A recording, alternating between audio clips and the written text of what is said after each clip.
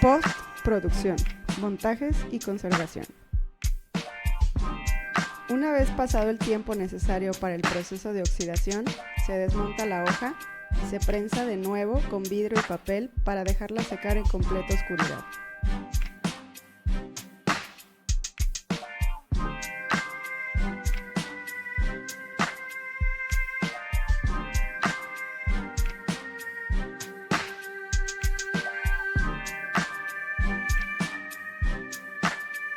Antes de enmarcarla, la hoja debe estar seca por completo, sin perder la forma plana que se ha conseguido.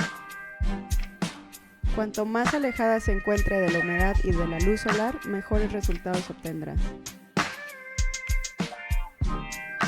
Montajes. El montaje siempre dependerá de la creatividad de cada uno de nosotros. Sin embargo, existen detalles que son importantes de considerar. Por ejemplo, la conservación, la estética, la funcionalidad y el mercado. En lo personal, el montaje prensado con vidrios es una de las posibilidades más hermosas y de mayor apoyo en la conservación, ya que es necesario evitar la mayor cantidad de contacto con el oxígeno. Conservación. El tiempo de durabilidad de la pieza dependerá de cuánta luz y oxígeno reciba. Mientras mayor expuesto se encuentre, menor será su conservación. Es recomendable conservarlo en espacios oscuros, incluso guardados.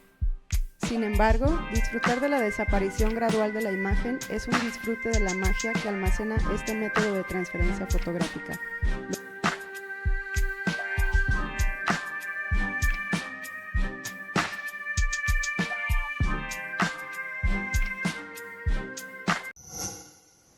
Gobierno de México.